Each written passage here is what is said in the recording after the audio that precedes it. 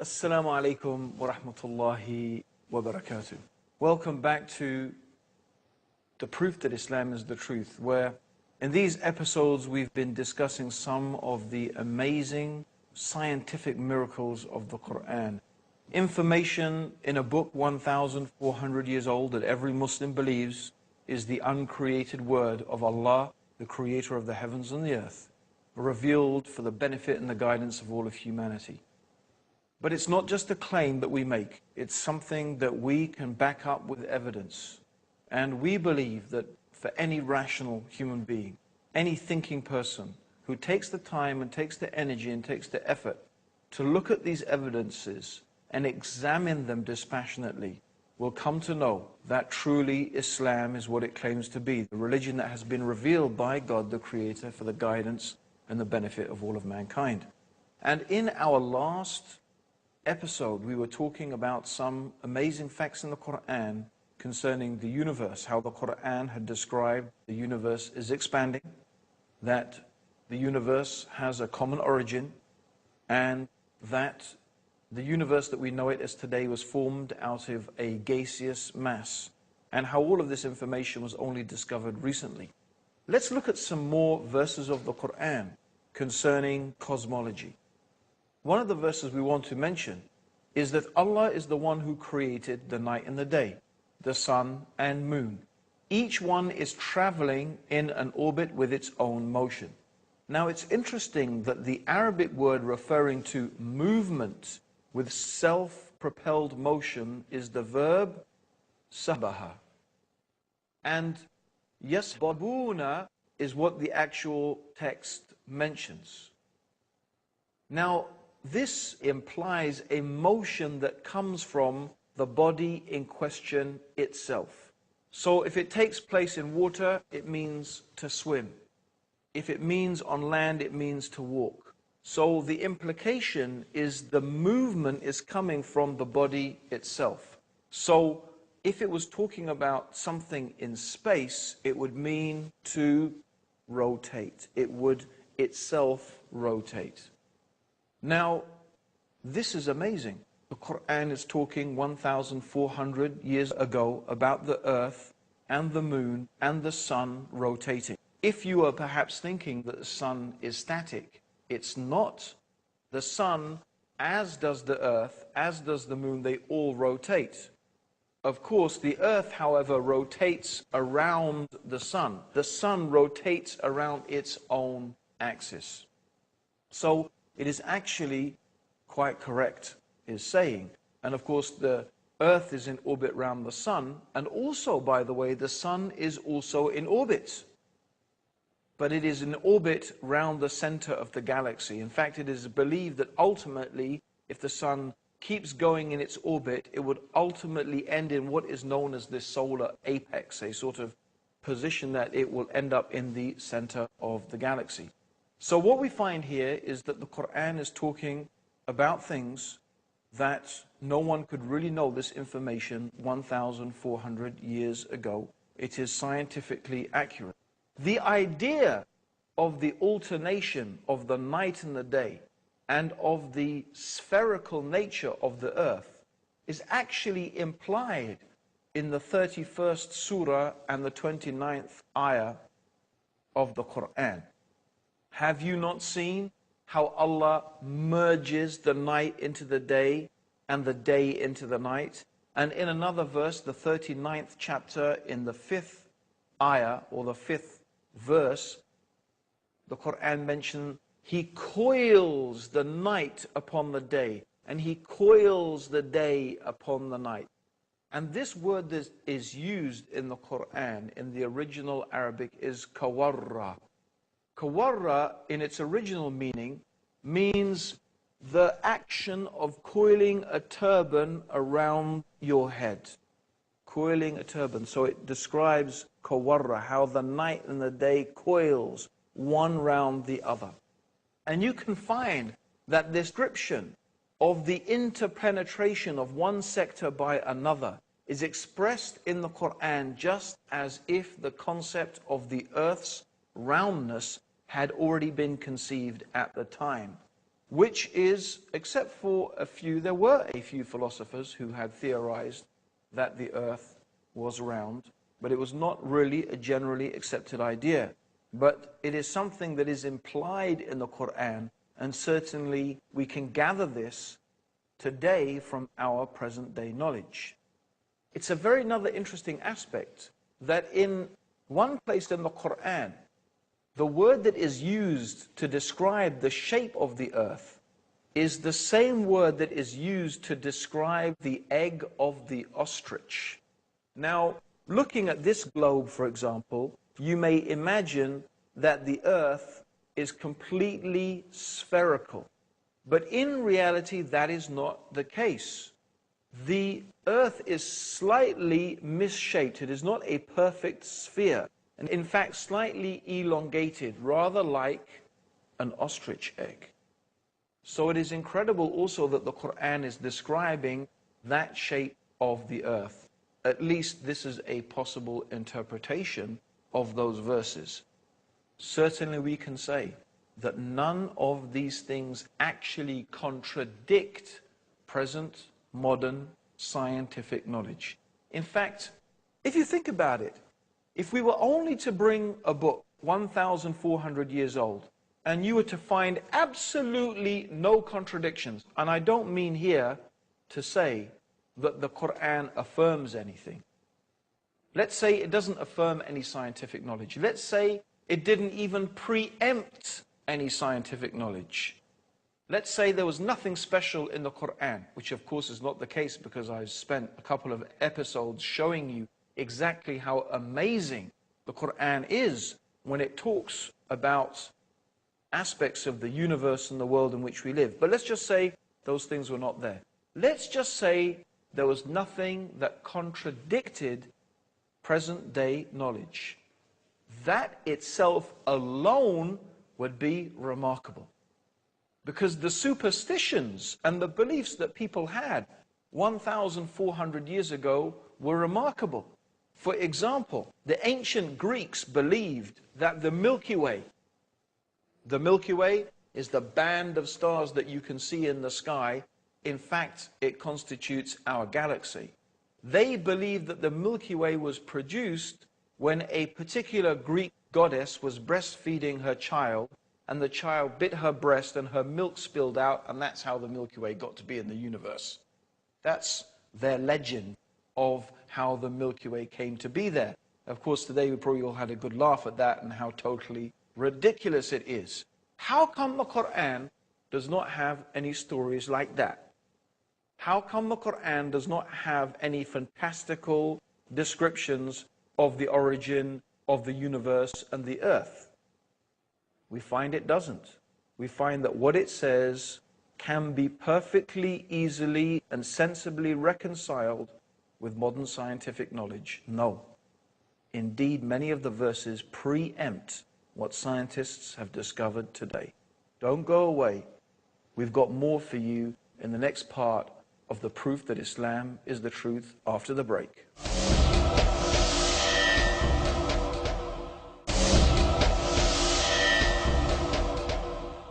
Assalamu alaikum, welcome back to the proof that Islam is the truth, where we're talking about some of the amazing scientific facts in the Quran that have been only discovered recently with modern scientific knowledge.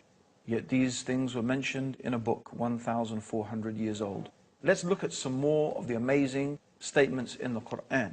In the 10th surah, in the 5th ayah, the 5th verse, it says, "It is He," meaning God, Allah, "who made the sun a shining lamp and the moon as a light, and measured out their stages." Now the Quran describes the sun as siraj. Now the word siraj means torch, means it's something that generates its own heat and light. Whereas the moon is described as a nur. Now a nur means a light that is originating from another source. And of course this is the correct understanding. The moon reflects the light of the sun. It's common knowledge today, but not necessarily so in the time of the Prophet Muhammad. Let's see what one of the respected cosmologists and scientists in the field of astronomy had to say when he was shown some of the statements in the Quran concerning his field of expertise. Professor Yoshidi Kusan, who's the director of the Tokyo Observatory in Tokyo in Japan, and this is what he said: I say, I am very much impressed by finding true astronomical facts in the Quran. And for us modern astronomers who have been studying a very small piece of the universe, we have concentrated our efforts for understanding that very small part. Because by using telescopes, we can only see a very few parts of the sky without thinking about the whole universe. So by reading the Quran and by answering to questions, I think I can find my future way for investigating the universe. What he's saying is that the one who is writing the Quran, the one who is revealing the Quran, the one who is speaking the words of the Quran, is talking as if he is looking at the whole universe together, as opposed to the scientist who concentrates on observing this bit or that bit of the universe, which is what most astronomers do. Who is it that sees the whole universe altogether? Who is it who sees all things in all places in all times, except Allah, the Mighty, the Wise? So these are some of the amazing scientific facts, and we're going to move on also to another area that particularly interested me, because when I was at school, one of the subjects that I studied was geography, and a sub-subject of that was, of course, geology. And I do remember when I first read the Quran 20 years ago, and it was reading the Quran that motivated me to embrace Islam. One of the things that stuck in my head, and I remember it until today, was coming across the descriptions in the Quran of mountains. So let's go through some of the things the Quran says about mountains. For example, in the 78th surah, in verses 6 to 7, Allah says, "Have we not made the earth an expanse and the mountains stakes?" The word that is used here is otad. Otad, meaning stake, is like the peg of the tent. So the peg of the tent goes into the ground. It holds the rope that holds the tent. So you have a small part of the peg sticking up from the ground, but the majority of the peg is inside the ground. The Quran also says in the 31st surah, or the 31st chapter, in the 10th verse, "And Allah has cast into the mountains, standing firm, so that it does not shake with you." Now today, with modern sonar technology, they have been able to bounce sound waves down through the Earth's crust. And according to the different rates at which the sound waves are reflected back and are measured, they can tell the different density of the Earth's crust as opposed to what is hard and what is soft, what is from the crust and what is from the magma. And what they have discovered with this technology is exactly what the Quran was saying 1,400 years ago, that the mountains have roots. The mountains, like the peg of the tent, not only do they go above the earth's surface, the mountains go deeply into the earth's core. And they act, it has been theorized, as stabilizers. They help to stabilize the earth's surface. And there's two ways in which they do that. Number one, because the earth is composed of tectonic plates. The crust of the earth is actually made of different plates. And it is the movement of these plates that causes earthquakes. When these plates move against each other, the friction of that movement causes earthquakes. And that's also what they think how continental drift has happened. Originally, they believe all the continents were one continent, and then because of plate tectonics, it moved. But the Quran is saying is the mountains act as stabilizers. They help to stabilize the earth's crust. And this is something that has actually been theorized by modern geologists. There's another way in which the mountains may act as a stabilizing factor, and that is to do with the rotation. Maybe if you try and spin something, you will find that if it is not really spherical, it will start to rotate, and then it will start to wobble out of shape. And it is possible that the mountains actually act as a counterbalance to keep the Earth's rotation smooth. I do stress, of course, that these are theories, but it is very interesting what the Quran is saying 1,400 years ago, and that it seems to be preempting the ideas and the knowledge that is being produced by modern day science. Certainly, it is a fact that is established that the mountains have roots, and the Quran is saying that the mountains are like autad, the pegs of a tent. So this is a remarkable scientific fact. It's one I remember sticking in my mind when I first read the Quran about 20 years ago.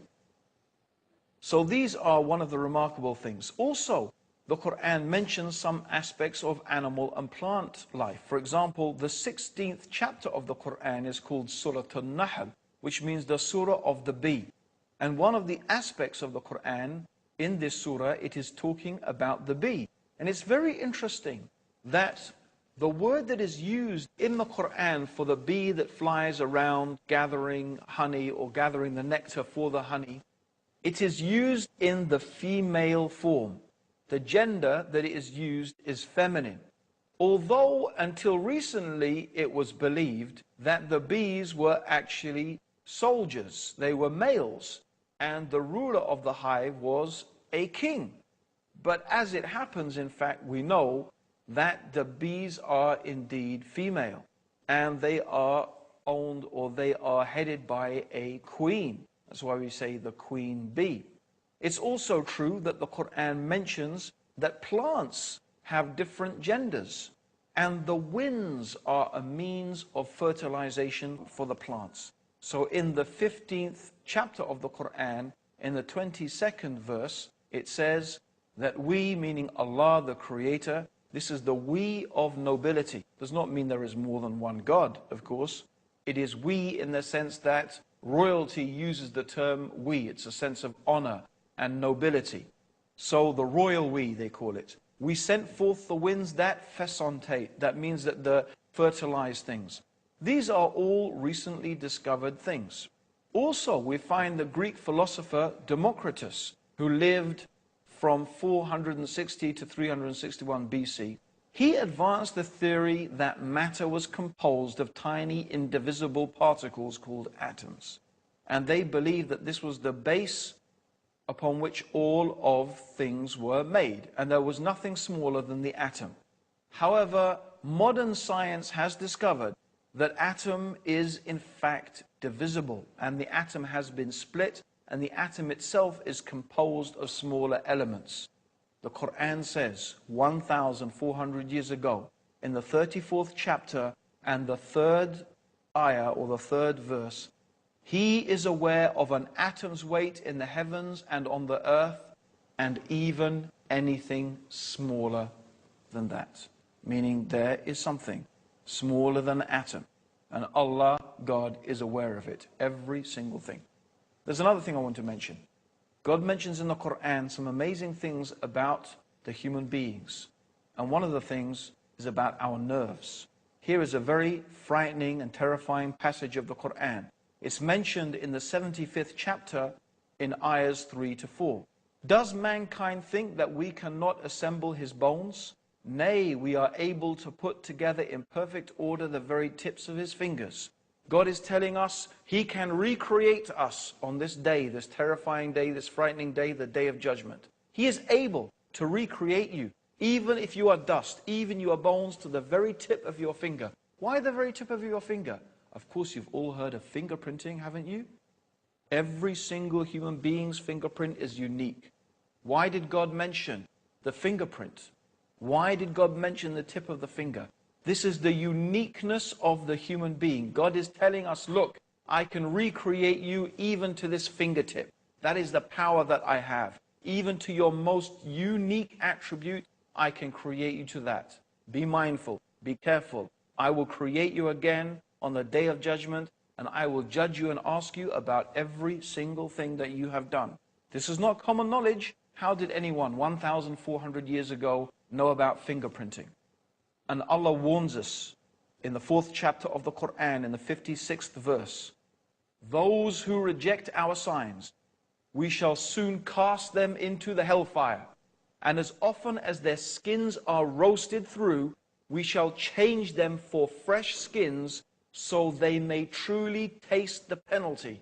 For Allah is exalted in power, the wise.